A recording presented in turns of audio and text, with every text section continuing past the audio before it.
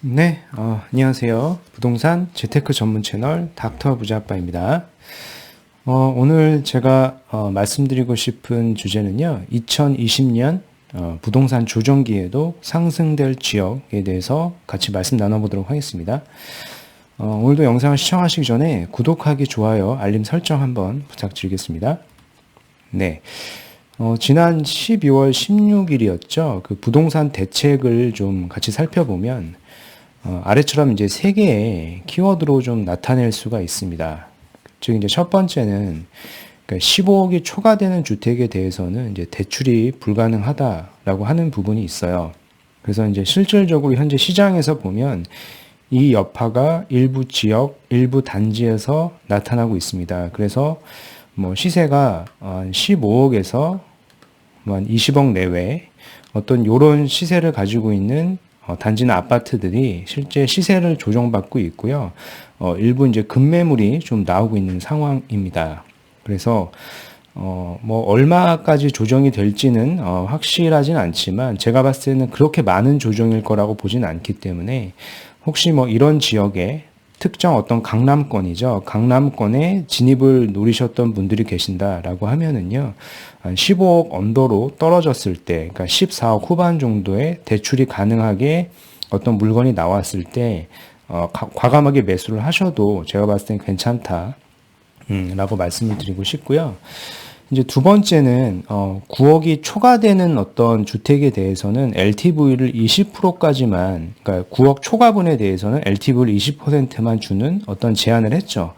결국에는 이런 부분들은 어떤 아예 이제 대출을 막는 것은 아니지만 그 대출이 이제 한 좀 줄어드는 그런 효과가 있기 때문에 결국에는 이것도 이제 수요를 약간 막는다라고 하는 부분이 있어요. 그래서 어떤 이런 시세에 형성되어 있는 집가격이 그러니까 9억에서 한 15억 내에 있는 주택들이 시세가 뭐 하락할 것 같지는 않지만 주요 단지들에서는요. 약간의 어떤 뭐 일부 단지들에서는 약간 조정을 받을 수도 있다라고 말씀드리고 싶고요.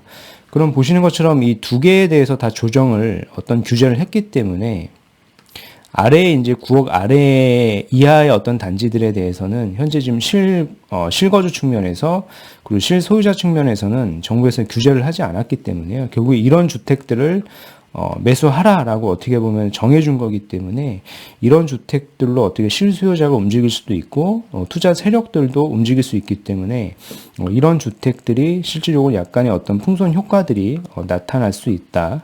결국에는 이런 주택들은 15억이나 9억이 초과되는 주택들은 시세가 좀 이렇게 조정을 받을 수도 있지만 이제 9억 이하의 주택들은 규제가 현재 없기 때문에 상대적으로 시세가 올라갈 수 있는 여지들이 있다라고 말씀드리고 싶고요.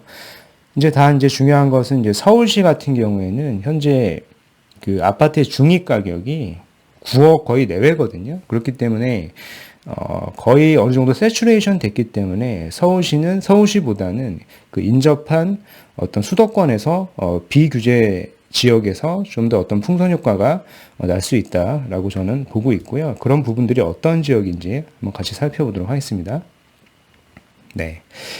일단 제가 봤을 때는 이제 수도권 중에서요. 이제 수도권도 이제 너무 서울하고 거리가 이제 멀면은 안 되고 한 10km 정도 어떤 내외 떨어져 있는 물리적인 거리다라고 했을 때 또 이제 비규제 지역이면서 어떤 교통 호재들이 지금 있고요. 앞으로 어떤 교통 호재들이 이제 나타날 건지에 대한 부분, 그리고 이제 직주 근접이면서 향후에 더 직접적으로 어떤 직주 근접 효과가 그러니까 새로 이제 입주하는 그런 기업들이 많이 생긴다라고 하는 부분들이 있을 것 같고요. 그리고 이제 학군이라던가 또 학군이 안 된다라고 하면은 당장에 어떤 학원과의 접근성이 좋은 위치들이 결국에는 풍선 효과가 나타날 수 있다라고 말씀드리고 싶고요. 제가 봤을 때 그 지역은 이 지도에서 보시는 것처럼 인덕원 쪽이 아닌가라고 생각이 됩니다. 네. 전반적인 지적인 위치를 한번 같이 살펴보도록 하겠습니다. 여기가 이제 붉은색 점이 인덕원이다라고 인덕원역을 중심으로 했을 때요. 뭐 반경 한 10km 정도 이렇게 떨어져 보면 이제 판교가 권역에 들어옵니다. 주요 업무지구죠. 그리고 인덕원 바로 위쪽에 북유황 IC 쪽에 보면 지식정보 타운이 굉장히 많은 주요 업무지구들이 들어올 예정이고요.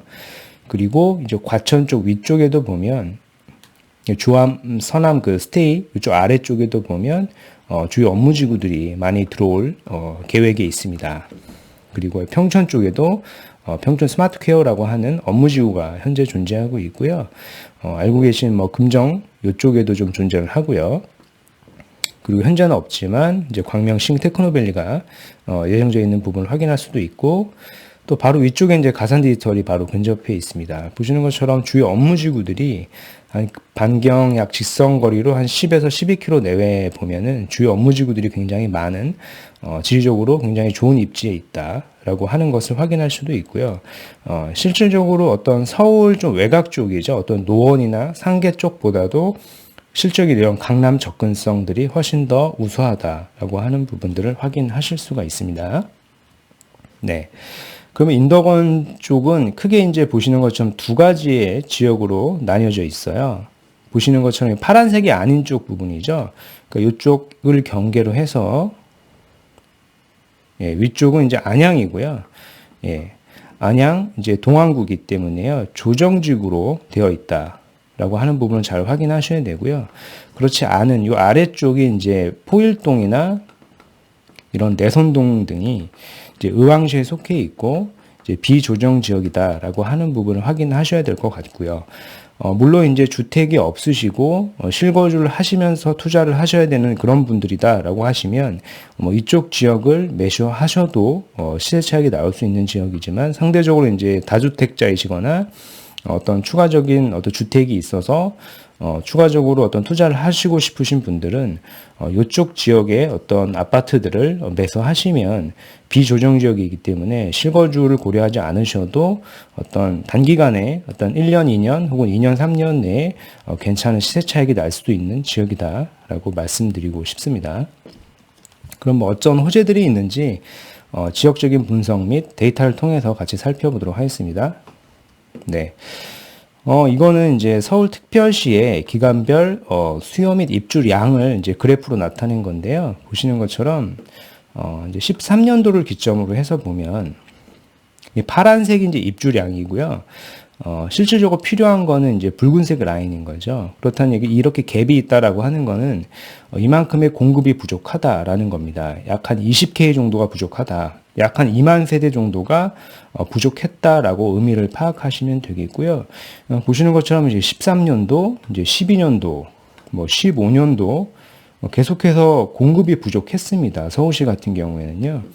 일부적으로 18년에 19년도에 공급이 약간 늘어나긴 했지만 다시 이제 내년도부터 다시 공급이 줄어들 것이고요. 특히 21년이나 22년도에는 공급이 많이 줄어듭니다. 그래서 구조적으로 이런 데이터를 보더라도 서울시의 집값이 장기적으로 하락할 것이다라고 하는 부분들이 근거적으로 좀 맞지 않는다라고 하는 부분을 확인하실 수가 있고요. 그러면 이제 오늘 보셔야 하는 지역이 이제 안양시와 의왕시의 경계이기 때문에요. 이제 안양시에 대한 기간별 수요 입주를 좀 살펴보면, 안양시도 마찬가지로 이제 13년도부터 이제 볼 수가 있는데요. 13년도부터 15년도까지 이렇게 되게 보면 어떻게 공급이 굉장히 부족했었고요. 이제 지난 이제 16년도 같은 경우에는 어떤 일부 단지에서 여기가 이제 안양 메가트리아가 입주한 시점인데요. 대단지였기 때문에 일부적으로는 어떤 공급이 좀 많았지만 어떤 기존 기간이죠. 이제 13년도부터 14, 15년도간의 어떤 공급이 부족했었기 때문에 그 정도를 메워주는 효과였다라고 보시면 될 것 같고요. 또 바로 이어서 이제 17년도나 18년, 19년, 20년 공급이 계속 부족한 상황이고요. 일부 20년 같은 경우에는 공급이 이렇게 많아지기는 하지만 마찬가지로 기존에 부족했던 이런 부분들을 메워주는 효과이기 때문에 공급이 많다라고 보기에는 좀 어렵고요. 바로 이어서 또 그 근거가 22년도에 좀 공급이 부족해지는 부분을 확인하실 수가 있습니다. 물론 일부 21년도 일부 어떤 특정 단지들에 대해서는 약간 전세 시세를 약간 조정을 받을 수도 있지만요. 그 기간은 그렇게 길 것 같지는 않다라고 하는 부분을 이 데이터를 통해서 확인하실 수가 있습니다. 마찬가지로 의왕도 기관별 기간별 수요 입주를 좀 살펴보면요. 보시는 것처럼 이게 공급이 일반적으로 계속 부족했던 지역입니다.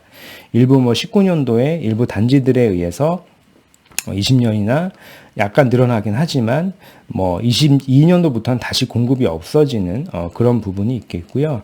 기존에 워낙 공급이 없었기 때문에 이런 것들이 좀 메워지는 효과다라고 하는 부분을 확인할 수 있고, 공급이 많은 게 아니고 다시 공급이 줄어드는 이런 효과가 있기 때문에 결국에는 어떤 수요와 공급에 의해서 집 가격이 어떤 잡히기에는 힘든 구조다라고 하는 부분을 확인하실 수가 있으십니다.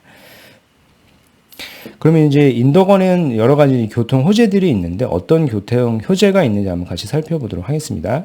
네, 보시는 것처럼 여기가 이제 인덕원이고요. 인덕원은 잘 아시는 것처럼 기존 평촌역에서부터 해서 기존 이런 남태령을 지나서 사당까지 가는 4호선이 기존에 자리 잡고 있고, 그리고 보시는 것처럼 이제 인동선이죠. 그 동탄에서부터 인덕원으로 연결되는 복선 전철이 예정이 되어 있습니다. 그러니까 확정이 된 거죠. 아직 이제 착공을 하고 있지는 않지만 이제 확정이 된 상태이고, 또 이제 잘 알고 계시는 월곡 판교선이 이제 지나갈 예정입니다. 그렇게 되면 이게 3개의 지하철이 이제 생기는 효과가 될 것이고요.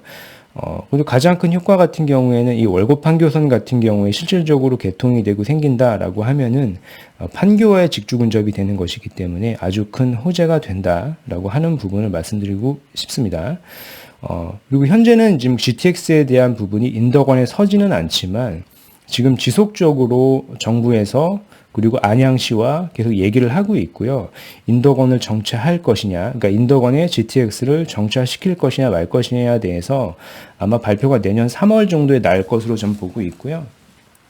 여러 가지 정황상 봤을 때 이런 데이터를 보더라도 과천시보다는 인덕원의 어떤 그 지적인 입지라던가 이런 수요들이 월등히 많기 때문에요. 인덕원을 무시하고 어떤 GTX가 그냥 바로 이제 청사 쪽으로, 과천 쪽이죠. 과천 쪽으로 그냥 가기에는 좀 쉽지는 않아 보이는 상황이다라고 하는 부분을 말씀드리고 싶고요. 그 근거가 되는 게 보시는 것처럼 이 왼쪽이죠. 이제 이런 시흥이나 광명 쪽에 계시는 분들도 이런 월곡 판교선이라는 게 개통이 되면 타고 인덕원으로 오실 텐데, 인덕원에서 그러면은 다시 삼성역으로 가기 위해서는 인덕원에서 다시 청사로 환승을 한 번 더 해야 되는 그런 번거로움이 생길 것이고요. 마찬가지로 이 아래쪽에 있는 인동선에 계시는 어떤 그런 지리적인 위치에 계신 사람분들도 다시 이런 삼성으로 가기 위해서는 인덕원에서 한 번 더 갈아타서 청사에서 다시 또 GTX를 타야 되는 그런 번거로움들이 많이 존재하기 때문에 이런 부분들을 고려하지 않고 단순하게 어떤 정치적인 그런 걸로 인해서 그냥 과천시의 GTX나 그냥 지나간다라고 하면은 아마 좀 쉽지 않은 그런 상황이 될 것 같고요. 여기를 무시하고 그냥 가기는 어렵다. 정황상 그렇다라고 하는 부분을 말씀드리고 싶고요. 만약에 이제 GTX가 인덕원에 실질적으로 내년 3월에 착공이 되고 확정이 된다라고 하면은 또 하나의 어떤 큰 호재이기 때문에요. 추가 상승이 많이 될 수 있다라고 말씀드리고 싶습니다. 잘 아시는 것처럼 이제 인덕원 바로 위쪽은 이런 지식정보 타운이 이제 생길 예정이고요. 지식정보 타운이라고 하는 것은 말씀 그대로, 말 그대로 이런 여러 가지 기업체들이 많이 들어옵니다. 기업체뿐만 아니라, 주요 아파트들, 그리고 단독주택 단지들까지 들어오는 그런 어떤 부분들이 있기 때문에요. 일자리가 생긴다라고 하는 것은 굉장히 큰 호재죠. 결국엔 집값에 대해서요. 기존에 어떤 마곡이라고 하던가, 잘 알고 계시는 판교 같은 경우에도 직주 근접으로 해서 집가격이 많이 상승된 지역이기 때문에 이 지역도 마찬가지로 집가격이 상승될 수밖에 없는 지역이에요. 아직은 가시권화되어 있지 않기 때문에 아직까지는 실현화되지 않았다라고 보시면 될 것 같고요. 이러한 여러 기업들이 들어온다라고 하는 부분들을 확인해 보실 수가 있습니다. 그래서 이제 오늘 준비한 내용들을 제가 정리를 다시 해보면 결국에는 정부의 규제로 인해서 어떤 수도권 지역인데 비규제 지역이거나 교통 호재가 있고 직주 근접이 예상되는 학원가가 인접한 그런 지역에 약간의 풍선 효과가 날 수 있기 때문에 그런 쪽으로 투자를 하시는데 검토하시면 좋다라고 말씀드리고 싶습니다. 그럼 오늘 제가 준비한 영상은 여기까지이고요. 제 영상이 도움이 되셨으면 구독하기, 좋아요, 알림 설정 한번 부탁드리겠습니다. 이상 닥터 부자아빠였습니다. 감사합니다.